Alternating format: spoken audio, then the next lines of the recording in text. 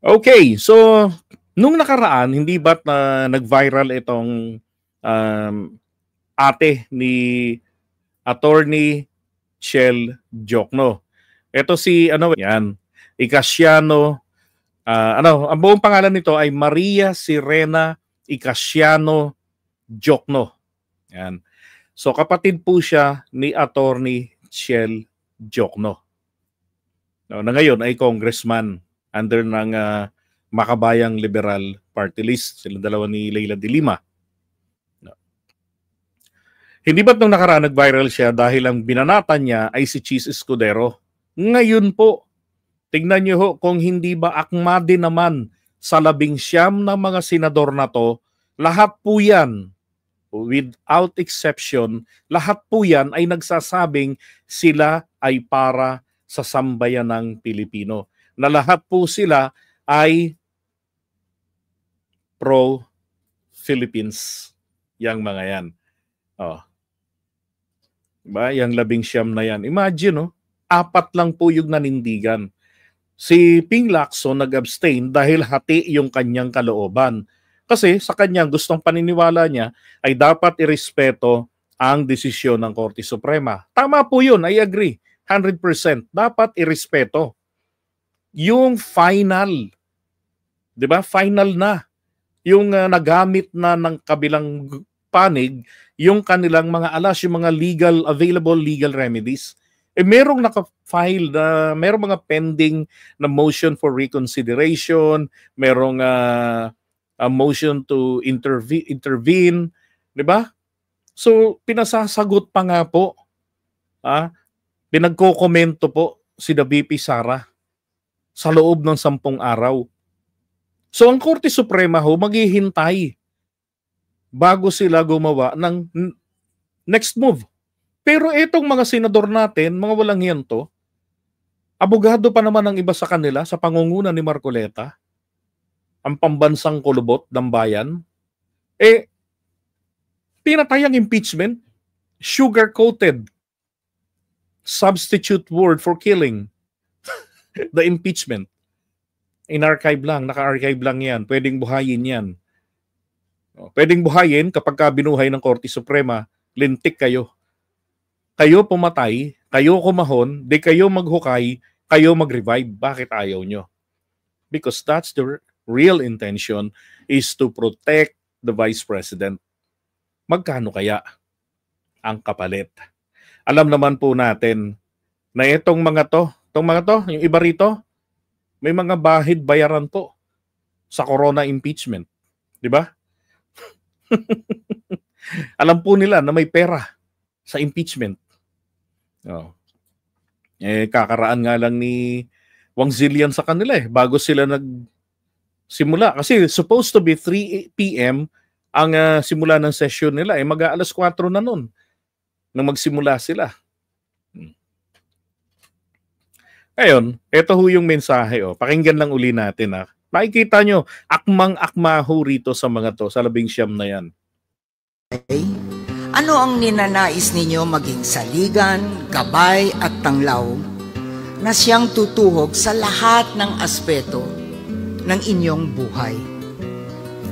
Para sa UP, ito ay karangalan, kahusayan at paglilingkod. Una sa lahat, ang bawat isa, honor, excellence, service, ay dapat patunayan sa pamamagitan lalo na ng gawa. Tama. Ang karangalan halimbawa ay hindi nanggagaling sa katungkulan, kahit paman your honor ang tawag sa nakaupo sa poder. Sa totoo, marami sa Nangingilabot ako. Cory, coffee nga. Nakakapangilabot yung mensahe.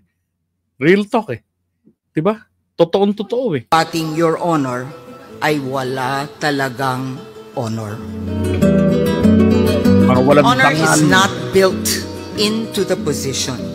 We all know that appointments and elections to office do not always yield the best or the most appropriately able. So the position does not confer honor. You bring honor to the position, That is not correct. the other way around. Right. Di ba? It is the employee that brings honor or that defines the position.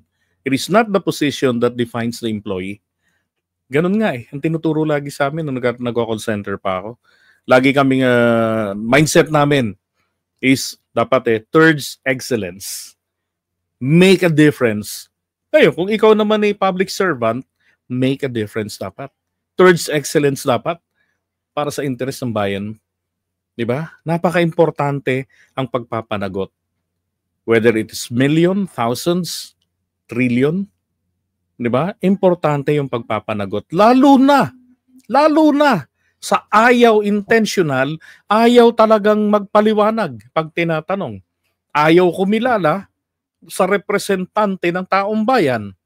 O edi pasagutin mo sa impeachment pero hinaharang ng mga peking para sa bayan. Yang 19 na mga senador. 'Di ba? Naalala ko parang halos ganyan din ang bilang nung mga nag-remand. Oh. Sinugarcoat lang nila yung motion to dismiss ni Bato. Kasi talagang baka sunugin ng taong bayan yung Senado. Ginawa na lang nila Cayetano, sinave na lang kahit papano, motion to remand dun sa House of Representatives. Instead na dapat, diniretso na nila ang trial. Di ba? And this applies to UP as well as to our country and every aspect of our lives. Pangalawa, hindi pwedeng pumili ng isa lamang sa tatlo. Type ko service, hindi ang excellence. Hindi pwede yan. Ang ating pamantayan sa UP ay all or nothing. Or nothing. Tell me, ano ang silbi ng utak at talento kung walang prinsipyo at tapang upang panindigan ito? Imagine, isang salita, forthwith, ay ayaw intindihin ng nanunungkulan sa Senado. UP graduate, ha? At binigyan pa ito ng bagong kahulugan. Hindi agad, forthwith, kung hindi 4 na buwan makalipas. O dili kaya kapag may panahon pa ang Senado. Ganon din naman ang Korte Suprema eh. Forthwith. They're supposed to act. Diba? This is very important matter. Si Sara Duterte, right after her being impeached from the House of Representatives, she filed, diba, a motion to dismiss, motion to review. Yung certiorari is review. Tapos pinadidismiss niya tong kasong ito. Ay, yung impeachment na yan. Oh. Ang ginawa ng Korte Suprema, pinagkomento lamang ang Kongreso sa loob ng 10 araw mula February. And after that, wala na pong nangyari. Salitang forthwith and the word urgency, hindi po alam ng Korte Suprema. Sabi ko nga, ang bagal niyong mag-isip. Anong hinihintay ninyong timing? Di ba? Anong inaabangan nyo? Bakit ang nangyari? Pare-pareho kayo ng utak ni Chis Escudero, 4th month.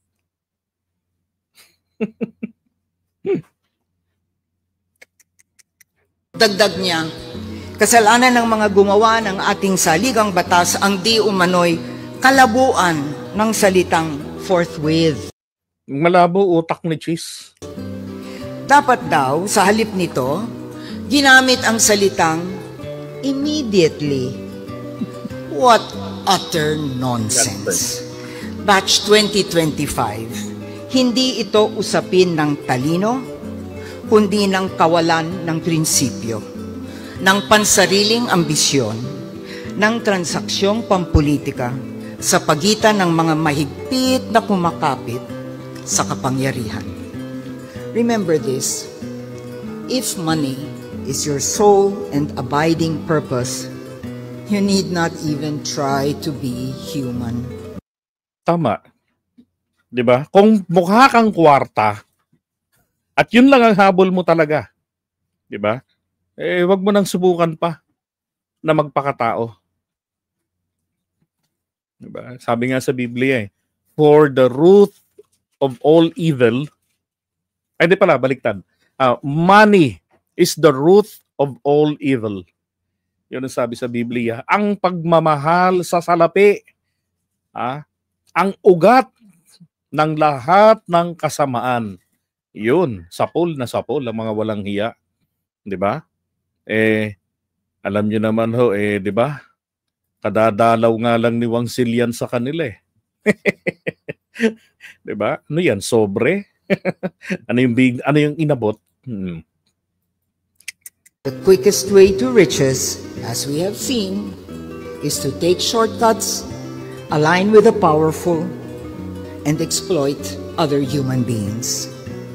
But true achievement emanates from your knowledge and talent, coupled with a profound sense of humanity. Batch 2025, I wish each of you a happy, exciting, and meaningful future. Diba? So, Batch 2025 ng mga senador natin, napaka-exciting. Diba? At sana, meron kayong bright future. Hindi ganitong corrupted. Corrupted na nga sa bulsa, pati sa utak pa. Share your gift with others. Give your gift away with joy. Mabuhay at marami. Alam nyo, ito ay graduation to sa UP Manila. Yan. Diba? Ang tanong nga, ilan sa mga senador natin ang mag-graduate ng UP? Isa pa, pati sa Korte Suprema. Diba? Ilan doon ang mga professor ng UP? Bakit yung mga napakasimpleng mga bagay ginagawa nilang napakahirap? So, diba? Sabi nga ni Sam the Adventurous kanina bakit naman itong si Corona ang bilis nila? Si Erap, ang dali nilang na-impeach. Diba? I mean, ang dali nilang pinausad yung impeachment process. Nagkaroon ng trial. Kay Renato Corona, ganun din. Alam mo, ang sagot lang naman dyan, it depends on the price. Diba? Depende yan sa presyo. Pera-pera labanan Kaya nga sinasabi nga po natin kapansin-pansin ang ating mga mambabatas. Bakit daan-daang libong piso ang sahod nila buwan-buwan? Kaya tuloy nasasanay sila. 'Di ba, Miguel? Nasasanay tuloy sila sa pera. 'Di ba? Dapat po sa kanila, ang sahod ng mga yan, katulad din ng mga ordinaryong manggagawa. Minimum wage. O kaya, 2K na per day para masaya. Nakakahiya naman sa mga taga-call center. Diba? 2,000 per day. Sahod ng mga senador. Ng lahat ng politiko, ng presidente. Dapat ganun lang kababa. Diba? Diyan po magkakasubukan. Diba? Diyan magkakasubukan kung talagang genuine na sila po ay talagang para sa bayan. O sila po ay nakikipagsabayan kasi po wala pong job opportunity para sa mga ganid. Ay, sorry.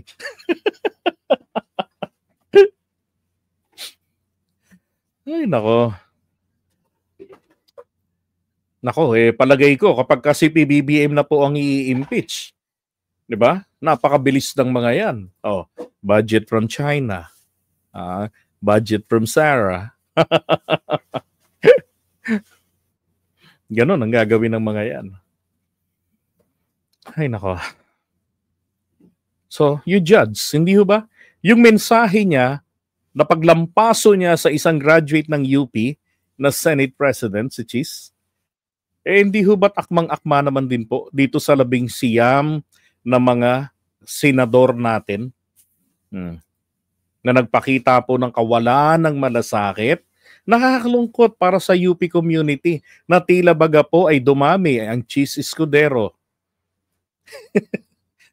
Diba? Ilan sila dyan ang galing pa ng UP? Lalong nakakahiya po sa UP community. Diba? Etong dalawa, Jen, diba? Sabi nga nila, naduwag. Sabi nga nung kaibigan ko, naduwag eh. Si Go Philippines, naduwag yung magkapatid na Tulfo. Ano nangyari? O, di ba, Mami Peng, anong nangyari dito sa magkapatid na Tulfo? Na they always portray themselves, kami para sa bayan. Pero ano nangyari? Nakipagsabayan ang mga nagpo-portray ng sarili nila na sila ay para sa bayan.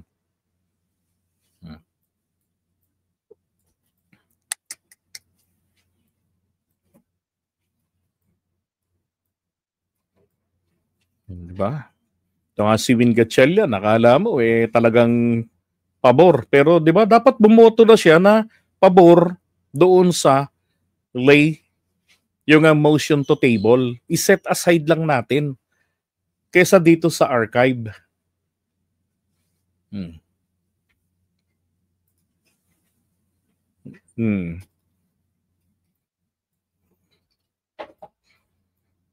Jinggoy, kung ang palusot lang nito. Kasi na-impeach ang tatay ko. Naputya, dapat nga. Alam mo kung ako anak ni Erap, dahil sa desisyon ng Korte Suprema, hindi ko gagawin ito sa Sara impeachment. Ang isisigaw ko ay ganire. Base sa desisyon ng Korte Suprema, lumilitaw, invalid ang impeachment na ginawa sa tatay ko. Ibalik si Erap. Diba? Dapat ganun eh. Ito pa, ang makadiyos. Ang magkapatid. Nako, si Bembol Rocco. Si Bato. Yan, si JV. Yan, ang kanilang leader. Diba? And kudos dito. Nakakahiya naman po sa totoo lang sa mga sa mga Marcos loyalist. Aba, wala tayong pambato sa Senado na, di ba, nakikipagbakbakan ng ganito.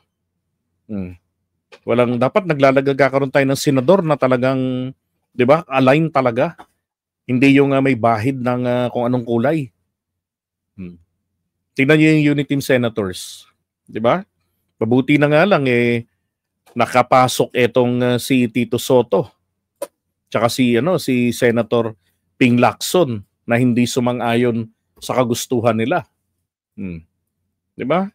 Tayo ngayon tayong bumoto ng Pangulo, tayo ang nakipaglaban para kay PBBM, pero nakikinabang tayo rito sa mga dilawan sa paninindigan nila. Di ba?